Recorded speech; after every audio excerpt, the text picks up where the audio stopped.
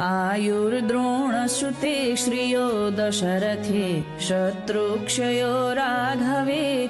ऐश्वर्यं नहुषे गतिश्च पवने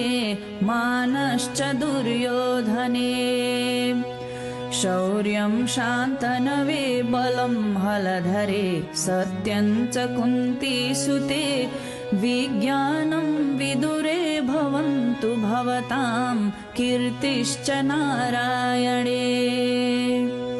यावत्तोयधरा धरा धरधरा धाराधरा भूधरा यावच्चारु सुचारु चारु चमरी चामीकृतं चामरम्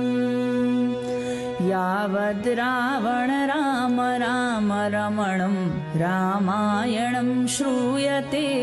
तावद् भोग विभोग भोग विभवैस्त्वं दीर्घजीवी भव आयुष्मान् भव पुत्रवान् भव चिरं श्रीमान् यशस्वी भव प्रज्ञावान् भव भूरि भूतिकरणैर्व्यापारदक्षो भव